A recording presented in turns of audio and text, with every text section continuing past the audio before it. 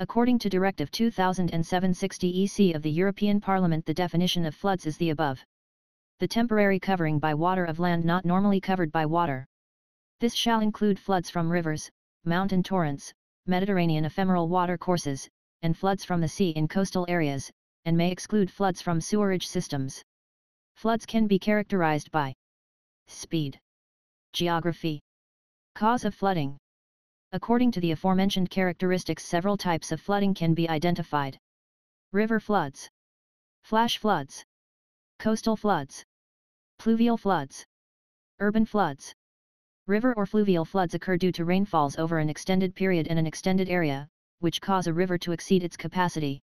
Downstream areas may be affected, even when they didn't receive much rain themselves. With large rivers, the process is relatively slow. The rainwater enters the river in many ways. A lot of rainwater will run off the surface when the soil is saturated or hard. It will flow to small rivers that flow to larger rivers. In this way, all the rain that fell in a large area comes together in this larger river. The severity of a river flood is determined by the amount of precipitation in an area, how long it takes for precipitation to accumulate, previous saturation of local soils, and the terrain surrounding the river system. Flash floods can be defined as very direct responses to rainfall with a very high intensity or sudden massive melting of snow. This kind of flood occurs within a very short time. The area covered by water in a flash flood is relatively small compared to other types of floods. The amount of water that covers the land is not so large, but being concentrated on a small area, it can rise very high. Because of the sudden onset and the high traveling speed of the water, flash floods can be very dangerous. The water can transport large objects like rocks, trees, and cars. Coastal or surge floods occur in areas that lie on the coast of a sea, ocean, or other large body of open water. It is typically a result of high tides, storm surges, high waves, or a combination of these. A storm surge is a rise in the sea surface caused by storms with low pressure and strong winds, like extratropical cyclones or tropical cyclones, such as hurricanes and typhoons.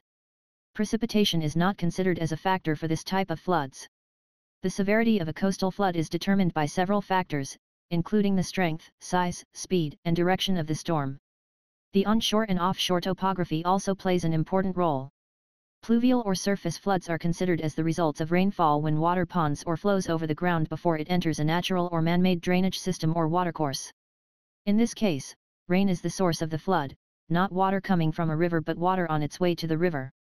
Floods of this type are usually associated with short duration and high intensity rainfall exceeding 20 mm/h, but can also occur with lower intensity rainfall over longer periods or melting snow, and can be worse when the ground is saturated, frozen, developed, or otherwise has low permeability. Pluvial floods often occur in combination with coastal and fluvial flooding, and although typically only a few centimeters deep, they can cause significant property damage.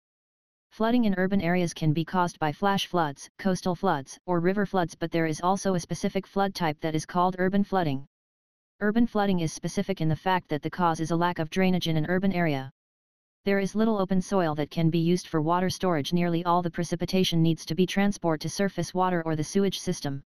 High-intensity rainfall can cause flooding when the city's sewage system and draining canals do not have the necessary capacity to drain away the amounts of rain that are falling. Water may even enter the sewage system in one place and then get deposited somewhere else in the city on the streets. The main causes of flooding are rains. Each time there are more rains than the drainage system can take, there can be floods. Sometimes, there are heavy rains for a very short period that result in floods. In other times, there may be light rain for many days and weeks and can also result in floods. River overflow. Rivers can overflow their banks to cause flooding. This happens when there is more water upstream than usual, and as it flows downstream to the adjacent low-lying areas, there is a burst and water gets into the land. Strong winds in coastal area. Sea water can be carried by massive winds and hurricanes onto dry coastal lands and cause flooding. Sometimes this is made worse if the winds carry rains themselves. Sometimes water from the sea resulting from a tsunami can flow inland to cause damage. Dam breaking. Dams are man-made blocks mounted to hold water flowing down from a highland. The power in the water is used to turn propellers to generate electricity. Sometimes, too much water held up in the dam can cause it to break and overflow the area. Excess water can also be intentionally released from the dam to prevent it from breaking, and that can also cause floods. Ice and snow melts. Many cold regions, heavy snow over the winter usually stays unmelted for some time. There are also mountains that have ice on top of them. Sometimes the ice suddenly melts when the temperature rises, resulting in massive movement of water into places that are usually dry. This is usually called a snowmelt flood. Floods can have devastating consequences.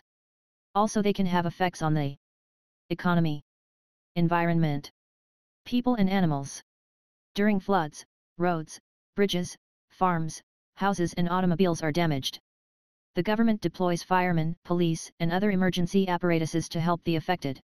All these come at a heavy cost to people and the government. It usually takes years for affected communities to rebuild and business to come back to normalcy. The environment suffers when floods happen. Chemicals and other hazardous substances end up in the water and eventually contaminate the water bodies that floods end up in. In 2011, a huge tsunami hit Japan, and seawater flooded a part of the coastline. The flooding caused massive leakage in nuclear plants and has since caused high radiation in that area. Authorities in Japan fear that Fukushima radiation levels are 18 times higher than what they initially thought. Additionally, flooding causes animal deaths, and additional insects are introduced to affected areas, distorting the natural balance of the ecosystem. Many people and animals have died in flash floods. Many more have been injured and others are made homeless. Water supply and electricity are disrupted, and people struggle and suffer as a result. Additionally, flooding brings a lot of diseases and infections including military fever, pneumonic plague, dermatopathia, and dysentery. Sometimes insects and snakes make their ways to the area and cause a lot of havoc. The definition of flood risk proposed in the Directive 2007/60/EC, which is in line with the traditional definition of risk, is the above. The combination of the probability of a flood event and of the potential adverse consequences for human health, the environment, cultural heritage, and economic activity associated with a flood event. Risk is a combination of probability and consequences. The consequences may be human victims and damage to structures, businesses and the natural environment. If the probability of a major flood is high and the consequences are severe, you speak of a high risk. For instance, when a flood would cause many victims and there would be a lot of damage. If the probability of a flood is small and the consequences are too small, then the risk is also small. These situations are clear.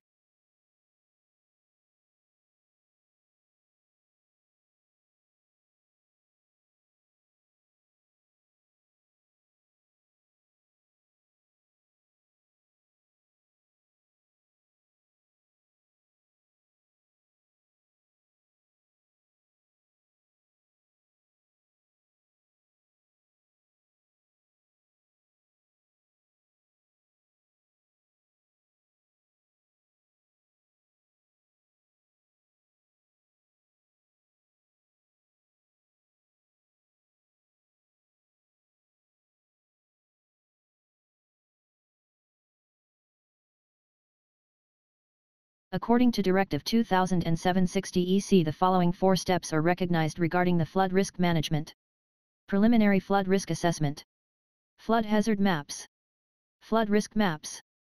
Flood risk management plans. Based on a preliminary flood risk assessment, member states shall, for each river basin district, or other relevant unit of management, identify those areas for which they conclude that potential significant flood risks exist or might be considered likely to occur. Flood hazard maps shall cover the geographical areas which could be flooded according to the following scenarios. Floods with a low probability, or extreme event scenarios. Floods with a medium probability. Floods with a high probability, where appropriate. For each scenario referred, the following elements shall be shown. The flood extent. Water depths or water level, as appropriate. Where appropriate, the flow velocity or the relevant water flow. Flood risk maps shall show the potential adverse consequences associated with flood scenarios and expressed in terms of the following. The indicative number of inhabitants potentially affected. Type of economic activity of the area potentially affected. Installations concerning integrated pollution prevention and control which might cause accidental pollution in case of flooding and potentially affected protected areas. Other information which the member state considers useful, such as the indication of areas where floods with a high content of transported sediments and debris floods can occur and information on other significant sources of pollution. Based on the flood hazard maps and flood risk maps, member states shall establish flood risk management plans coordinated at the level of the river basin district, or other appropriate unit of management, for the areas in which potential significant risks exist or are likely to occur. Member states shall establish appropriate objectives for the management of flood risks focusing on the reduction of potential adverse consequences of flooding for human health, the environment, cultural heritage, and economic activity, and, if considered appropriate, on non-structural initiatives and/or on the reduction of the likelihood of flooding. Flood risk management plans shall include measures for achieving the aforementioned objectives. Flood risk management plans shall take into account relevant aspects such as costs and benefits, flood extent, and flood conveyance routes and areas which have the potential to retain flood water, such as natural floodplains, the environmental objectives of Article 4 of Directive 2060/EC. Soil and water management, spatial planning, land use, nature conservation, navigation, and port infrastructure. Flood risk management plans shall address all aspects of flood risk management focusing on prevention, protection, preparedness, including flood forecasts and early warning systems and taking into account the characteristics of the particular river basin or sub-basin. Flood risk management plans may also include the promotion of sustainable land use practices, improvement of water retention as well as the controlled flooding of certain areas in the case of a flood event. In the interests of solidarity, flood risk management plans established in one member state shall not include measures which, by their extent and impact, significantly increase flood risks upstream or downstream of other countries in the same river basin or sub-basin, unless these measures have been coordinated and an agreed solution has been found among the member states. The various methods of flood mitigation or control and reduction of flood damage can be classified under different categories depending on the attempts to solve the said problem. The flood mitigation or control measures can be classified, and they are universally classified as structural, non-structural measures. The various structural measures prevent inundation of the floodplain in different ways.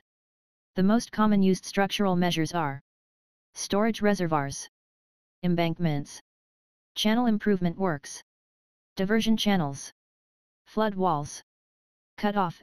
It is probably the more effective, structural, measure of flood disaster mitigation measures. The modern reservoirs are mostly multi-purpose. Their aim is to store excess water during flood period and release it when flood subsides. They are usually formed on the upstream of the area to be protected or on the head reach of the river. The flood control reservoirs may be of two types. Detention reservoirs. In this type, the spillways provided with the dam include adjustable gates so that the flood water may be detained for some time and then released according to the situation of the downstream area by operating the gates of the spillways. Retarding reservoirs. In this type, spillways provided with the dam are at such a level so that the flood discharge is retarded and it takes a longer time for the flood water to flow completely towards the downstream area.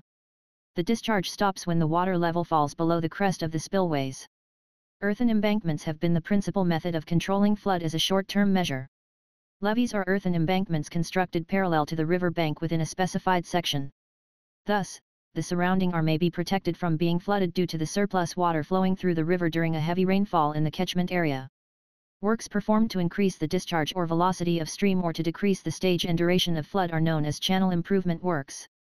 Channel improvement works include increase in the size of the river's cross-section and excavation of stream bed, enhancement of the flow velocity of the channel by smoothing the river bed and sides, and removing roughness caused by sand bed, weed growth, etc.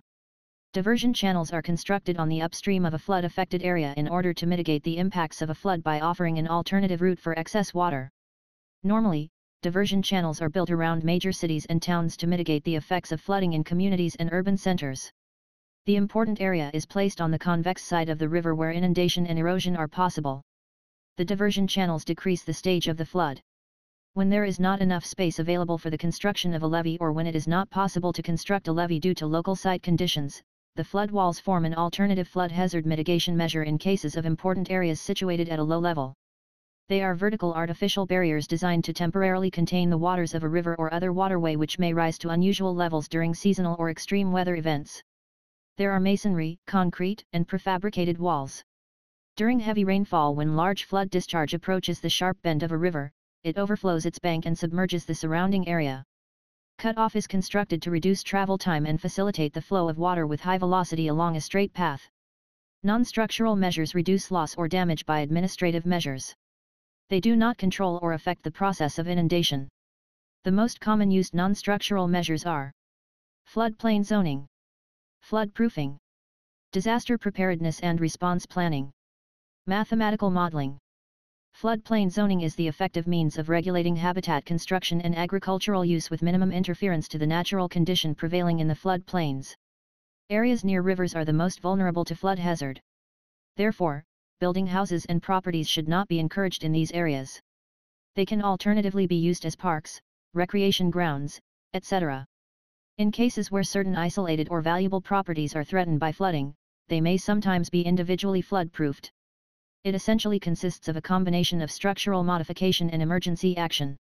Structural modification may include the construction of a building wall consisting of a waterproofing material, closure of lower-level windows and providing some means of watertight closure for the doors. Thus, even though the building may be surrounded by water, the property is to some degree protected from damage and many normal functions can be carried on. Industrial plants can be additionally protected by a ring levee or flood wall.